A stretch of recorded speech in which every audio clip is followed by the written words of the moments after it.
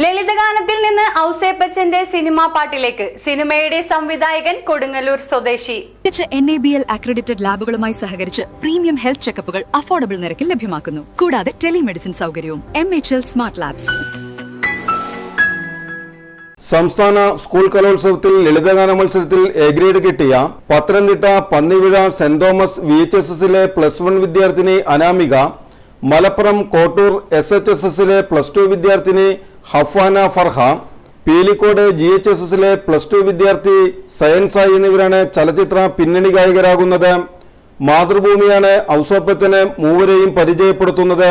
വീട്ടിലെ സ്റ്റുഡിയോയിൽ മൂവരെയും ഒന്നിച്ച് പാടിച്ചു നോക്കി. ഔസേപ്പച്ചൻ ഈണം നൽകുന്ന സിനിമയിലെ വരികളാണ് മൂവരും ചേർന്ന് പാടി വിസ്മയം തീർത്തത്.